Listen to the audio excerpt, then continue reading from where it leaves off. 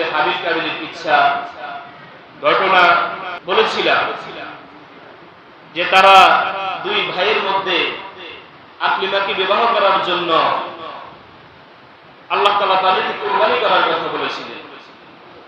আল্লাহ তাআলা হাবিলের কুরবানি কবুল করলেন, কাবিলের কুরবানি কবুল করলেন। এই কুরবানি কবুলের মধ্য দিয়ে হাবিল আকলিমাকে বিবাহ করলেন, কিন্তু কাবিল এটা সহ্য করতে না পেরে তাকে প্রতারণা চক্রে ফেলে পাহাড়ের পাদদেশে নিয়ে নিজের ভাইকে সে নিজের হাতে হত্যা করলেন। নাউজুবিল্লাহ।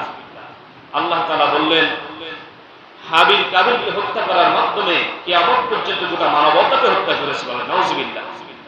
এবং বুখারী শরীফের হাদিস, রাসূলুল্লাহ সাল্লাল্লাহু আলাইহি ওয়াসাল্লাম বলেছেন যে কাবিল তার ভাইকে হত্যা করার মাধ্যমে পৃথিবীর প্রথম হত্যা, প্রথম খুন সে প্রতিষ্ঠিত করলো। এই প্রথম হত্যা দেখানোর কারণে, প্রতিষ্ঠিত করার মাধ্যমে কিয়ামত পর্যন্ত যত খুন হবে, হত্যা হবে, তার একটা অংশ, গুনার একটা অংশ কাবিলের আমলনামে পৌঁছতে থাকবে। নাউজুবিল্লাহ। আমার বন্ধুগণ, এই হাদিস থেকে আমরা বুঝতে পারি যারা হত্যা করে তারাও হারাম কাজ করে, কবিরা গুনাহ করে, তারা শাস্তি হলো তারা যাবজ্জীবন জাহান্নামে জ্বলবে, চিরকালের জন্য জাহান্নামে যাবে।